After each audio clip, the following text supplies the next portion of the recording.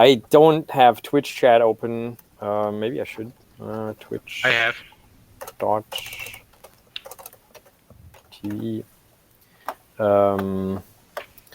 Well, so this is the February 2020 call. I don't even know where I get my own stream on this website. You can tell I'm like clearly not the right on this age group, right? You can tell I'm like clearly not this is it. Okay, fine. So I can see the chat age group. Right? So you can tell I'm like apologize to all the younger people. So you have to, this must be like what it feels like when your parents are like trying something for the first time. When you have to, where you like for us it would be like program your parents' video are like trying something for the first time. Things are like for us it would be like we have some things on the agenda. The first thing that we want to talk about is a big change in the GNU radio code. And that will be dropping the script swig dependency and moving to pipeline code. And Josh is the one who's driving that. I'll just hand off to Josh. And Josh is the one who's driving that. He's a very big dependency on the radio code base. And it's something that I think now we have the tools to where we can make it go away and do something that'll be good. And that's pipeline code. Now we have the tools. What that buys us, it should compile quicker, less memory on the compile, and the bigger thing I think is it's a change in paradigm. Right now, you just throw the public header at Swig. Swig generates thousands, tens of thousands, hundreds of thousands of lines of Python and C++ code.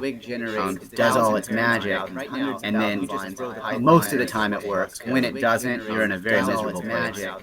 Pybind, what you're able to do is very, deterministically define what your bindings are. It doesn't have to regenerate those bindings unless you tell it to, unless you want to change bindings are. So, this I've been plugging away at this for a little while now, and like to get some help if people in the community have the time to be able to help with this. A lot of it's based on what Martin had done for the bindings of UHD, and it's also based on what Martin had done the block tool parser that ARPIT, our Google Summer of Code intern, had done last summer.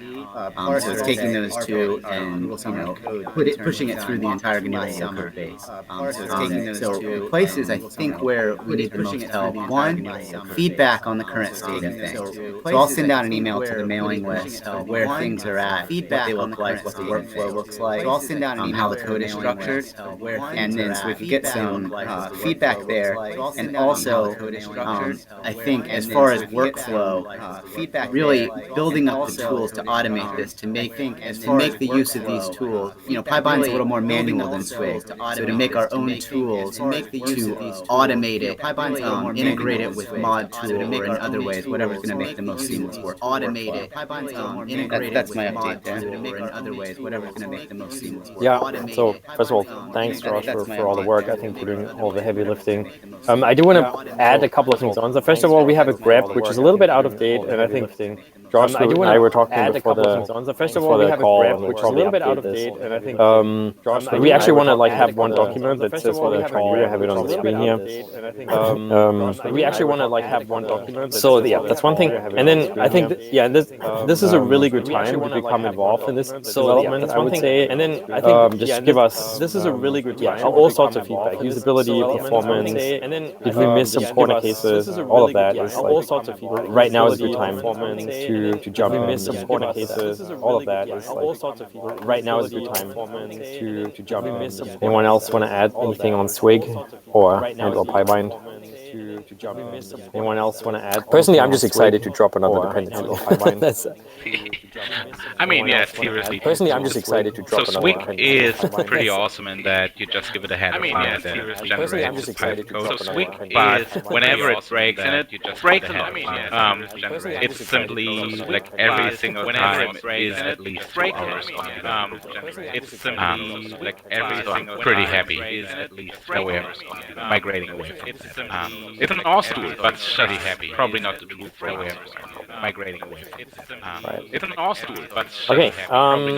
So this agenda is not in the right order. The next item we want to talk about here in this call are all the releases that have happened. And I'm going to hand over to Marcus. Next item we want to talk about here in this call are all the releases that have happened. As you might have noticed, the first thing we did last week was we released Generator 3.7.4.0, which is a release of the legacy Generator 3.0, which means it doesn't contain any new features really.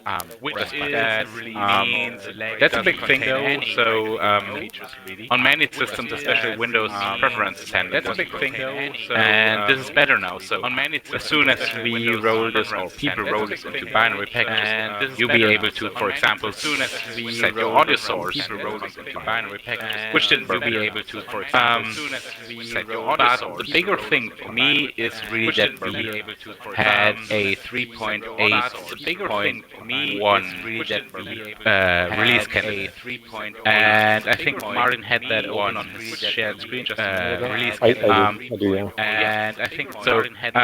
When you look at that, that's actually there's a lot of contributors here, and that's really making me happy. Because this is the effect of getting on radio unstuck, and that's really making me happy. After 6 years of being fixed on the 3.7 release branch, this is the effect after these 3.8. And if you scroll to that list, a lot of these pull requests just came in the last 3.8. And if you scroll to 1.5 months, a lot of these we've seen. I don't know. Someone had it was around 100 pull requests this year, and I'm kind of amazed. It was around. So we made a lot of progress. We added a few new features, not too many. Kind of amazed. So we made a lot of progress. We added. But it makes development much nicer. It smooth out a few kinks that we left in there. And that's something I'm very happy about. So right now it's a release candidate. That means it's not a release already. That's something I'm very happy about. So right now it's a release. Distros who say we're testing distro already carry that. So if you're inclined to help us, that already carry that. You can either build it from source using your favorite tools, or you could, for example, install Debian testing and just or you could via apt-get install Debian testing because they already have 3.8.1. And that's another thing. Because they already turns out that if you communicate nicely with them and if you help them with planning stuff, that our distro maintainers are awesome. Obviously, I have to hand out my thanks and compliments to Maitland.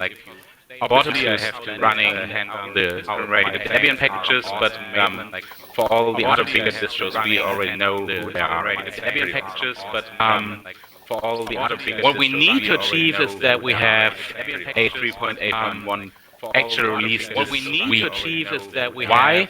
Because it's springtime, and in the springtime, actual release. A lot of big distros. Why? Because it's springtime, and in the springtime, there are dependency versions, and especially for Ubuntu, we'd like to get into the Ubuntu 20.04 release because that defines what the long-term 20.04 releases are for the next couple of years. And whenever we miss that chance to get a current couple of years in radio in Ubuntu, we always kind of regret it for the next 4 to 5 years in radio. So this is a big thing for us. So if you can, please do test. This is a big thing our current. So if you can, please. But I'm do test another thing. Our current. I think we haven't actually plugged that. But I'm this call. I think we haven't one of the other protocols. It's that Josh actually has a Ubuntu Launchpad ETA with our release. So if you right now on say Ubuntu 9.04 or 18.04 or some other sensible Ubuntu right now on say Ubuntu 9.04 or 18.04, then you can just Marcus, find that in a second. You can just add the right copper and you're all set. You don't have to build a radio source just to get our 3.8 release. And you're all set. You don't have to build a radio source. This is part of what we've been talking about that this is Hackfest is that we want to be better at developing and actually delivering an ecosystem that is easy for people to install, and that means that in the future we're going to see a lot more of GNU Radio being packaged through the usual distro tools, so that you can just apt-get or whatever install your favorite out-of-tree module, your favorite version of GNU Radio, without having to resort to building something from source. Before you move to Folk, Marcus, I just have a quick stat here. So we have 142 closed pull requests and 21 open. So we have 163 pull requests since 1st of January. And the total number of commits, I think, in last year was 380 or something. And on top of those 163, we have at least 20 or so that are from last year. On top of those, like we're not super proud about like the pull requests that are open for a long time. Bear with us, but like these stats are proud about like the pull requests that are open for a long time. Bear with us, but like these stats are proud about like the pull requests that are open for a long time. Literally like 10 times the speed average we like 5 years. Literally like that's pretty speed average we like 5 years. Do you want to talk about Vault real quick, Marcus? In view of the actual maintainers? So yeah. So do you want to talk about Vault real quick, Marcus? As we're in view of the actual we also maintainers? making do you want to talk about Vault real quick, Marcus?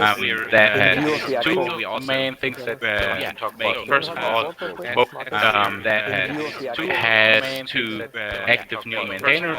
Those are Michael Dickens and Johannes Dehme. They have proven to be extremely resourceful when it comes to tying together proper Vogue releases. And the other thing is that Vogue is a GNU Radio spin-off, in that we took all the SIMD optimized vector operations that we had in the code base radio and put them into a library that we can dynamically link to, and put them into a library that we have a profiler tool that just runs once and detects, oh, there's an AVX2 machine, let's try all the implementations of, say, a dot product, and select the quickest one, and whenever, say, GNU Radio runs, will then use the quickest implementation of a specific operation that is implemented for. We thought that Vogue would be useful as an external library, and it turns out that I know multiple applications that actually use Vogue as an external library, and we're driving it towards that end. So we're trying to get GNU Radio to no longer include Vogue in the tree itself, but make it a proper external dependency. And in the wake of that, we're releasing Vogue more diligently, maybe more structuredly. And the latest release of that series is this 2.0 release, which contains a few fixes. First of all, it works in Pi 3, which is a big deal right now. And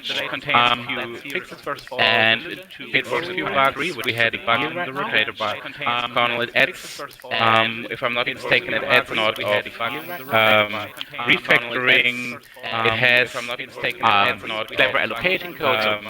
Background story to that is, if you're running a XIMD kernel, then a lot of CPUs require, or a lot of ISA require you to have certain alignment, and you can allocate a line of memory through Vogue now. That makes a lot of sense. So this is an awesome library, and if you always wanted to use a quick or fast SIMD optimized library for some vector optimization, so this is the chance to look at Vogue. You're gonna hear a lot of Vogue in the near future, but I can't spill too many beans. Look at Vogue. You're gonna hear a lot of Vogue in the near future, but so yeah, I'm really happy about having that 2.0. And we are still hell-bent on removing Vogue as a submodule from GNU Radio for the next release. And we are still cool. Thanks, Marcus. And obviously, thanks to Michael and we are still Johannes for driving. Thanks, Marcus. So we have a lot of stuff going on not not 3.8, but on my master branch. And I don't know, Nate, maybe you can give a quick summary. So we have a lot of stuff going on not fast help on my master branch. And I don't know, Nate, maybe you can give a quick summary. I just want to draw everybody's attention in the community that we've been, as Martin mentioned earlier, draw everybody's attention in the community that, really great code velocities, and we've had a ton of PRs launched, and there's been really great, some outstanding improvements, notably a lot of, there's been really great performance improvements from GoStop 14. Notably a lot of, there's a few special call out. There's been some major improvements to the Costas loop. And we've seen, I think it's somewhere on the order of 180% performance improvement. And then he also identified some CPU optimization performance improvement.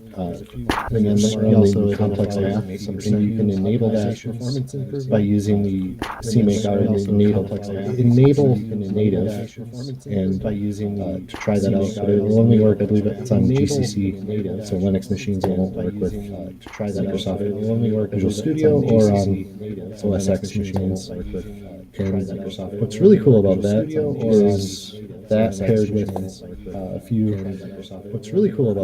improvements to the example ATSC flow graph, it's now possible to reliably watch ATSC TV using GNU Radio. So that's super awesome. So people should try that out. And then another notable big merge that we just pushed in was incorporating another notable big merge that we just pushed in was Qt widgets. So there's incorporating a ton of new widgets like LEDs, little dials, images that you can put in, and a few other widgets. It would be great for people to try those out and report any bugs. And yet another major awesome thing that's happened is Josh has added major Python snippets, so that will make it easier if you're using say USRPs and you want to add in time commands to do alignments. It makes it really easy to do that. So please try out the master branch and report any bugs. Do that. So please try out the master branch and we've had a lot going on. It's crazy. So Marcus talked about all the bug fixes on 3.8, but like 3.9 is like so insane compared to that even. Marcus talked about all the bug fixes on 3.8. So rest of the call is just saying there's a couple of Marcus talked about all the bug fixes on 3.8. Announcements. So rest of the call is just saying. So this is announcements. I just pasted a link without checking it first live on stream. Turns out I can trust checking it from Nate live. So this is great news. Turns out that we've been accepted into GSOC. So this is also accepted has been GNSSCR. So we are projects that are somewhat related. So we are if you want to work somewhat related on GNU Radio, be paid by Google on GNU Radio. Go for it. Be paid by Google. Sorry, what, Marcus? You wanted to say? And you need to be a student, though. Yes, you need to be a student. Sorry, what, Marcus? You wanted to say? And there's also like a number of lists that are on US export embargoes where you can also participate in those countries. But like for all other countries, if you're a student, you can apply and you can write code for GNU Radio. But like and you get paid by Google. I think this is a great deal. You can write code. So please apply. You get paid by Google. Propose ideas. We have an ideas list. You can write things. So please apply. There's a whole bunch of things. It's possible to work on other stuff, but you'll have to talk to us about that. Quick thank you at this point to Sebastian, who is the blog admin for GNU Radio this year. Quick thank you at this point to that's pretty much all to say on blog admin for GNU Radio this year.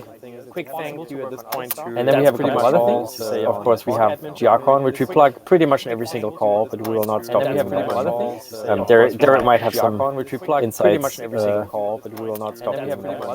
Sure. So the big news since last month is definitely that the registration is open. So and the early bird rate is definitely is going to be open until registration is open. And the early bird rate. I had one job here, but until May 1st. until May 1st. The early bird You mean the discount discount? here? Discount. Sorry, yes, the discount registration. Early bird tickets unfortunately have already sold out, which is great for the conference. Sorry to any listeners that didn't get that. And great for the conference. The other thing is that the call for participation for that is also open. So if you're interested in speaking, giving a talk, including a paper in the proceedings, coming on with a workshop, or coming in and you are part of a company that wants to be involved as a sponsor, all of those things are open. There's information up on the main GNU Radio website. So if you just go to the homepage, click on the learn more about GRCon, then all the information is up there. Learn more about GRCon. Yeah, it's definitely shaping up to be. It's always a good conference. Of course, I'm going to say it's a good conference, but I think pretty much everyone here and everyone listening hopefully will agree with that statement. I'm going to say it's a good conference, but I think pretty much everyone nothing's going to be different about this year in terms of being great. I'm going to say it's a good conference, but I think Where is it? nothing's going to be different about this year in terms of being great. Wouldn't this be lovely if I didn't say Huntsville, Alabama at this moment? Instead, I'm going to say Charlotte, North Carolina. And it is September 14 to 18. Instead, I'm going to say Charlotte, North Carolina. The hotel information is up on the website, including, and this is actually an important note, the hotel changed from last year, the registration info for the hotel. So we got a discounted rate. Registration links for that are up on the site as well. So you can sign up directly from there. I know a lot of people last year missed the email that we sent out with your registration info that included the hotel discount. Very, very sorry that didn't work out so well last year. Now it's included the hotel discount. Very, very sorry that didn't work out so well last year. So I do want to draw attention also to the call for participation dates. So we will actually allow submissions for a very long time. However, we have a first round. Excuse me. That closes. However, we have a first round. Excuse me. 1st of April. Is that right? No. Wrong. 17th of April. Yeah, that sounds right. It is worth trying to get into that round, especially if you are 17th of April. Yeah, like from an institution that requires you to get into that round, confirmation on time. But also after that date, there's also no more guarantee at all that there might be open time. So, we will accept after that contributions until like guarantee at all the slots are gone, or September 1st. We will accept after that contributions probably September 1st after all the slots are gone. But like people who actually want to present, like please make an effort to submit before. But like people who actually want to present, like please. But that's not the only conference that's going on. We have 2 more events that we're plugging in this call. But that's not the only conference. Hand it to Marcus. Talk about it. We have 2 more events that we're plugging in this call. But that's not the only those conference. the European Radio Days and those are SDR, the Academy, and Ham Radio. So both of them are happening at the end of June. So first of all, the European Radio Days are happening end of Q3. I hope. So first of all, the European Radio Days are happening end of Q3. I hope. So first of all, the European I don't know. happening end of Q3. I hope. Is other people still on? It sounded like Marcus dropped off. Is other people Yeah, I still on? think It sounded like Marcus Marcus just dropped dropped off. Okay, then I'm just gonna take over until Marcus is back. Yeah, I think So European GNU Radio Days. Okay, then I'm just gonna in France. They've always been in France. So European GNU Radio Days, but they're not always the same location. Like they've always been said they're in Poitiers. I looked it up. I think it's more towards the west coast of France. Like they've always been said they're in Poitiers. I looked it up right now, but I think that's right. West coast. It's a mini version of the like GRCon. It has a similar concept, so you can submit talks. It's a mini version of the content is similar. It's a little bit smaller. Concept, right? Food is likely going to be better. Challenge.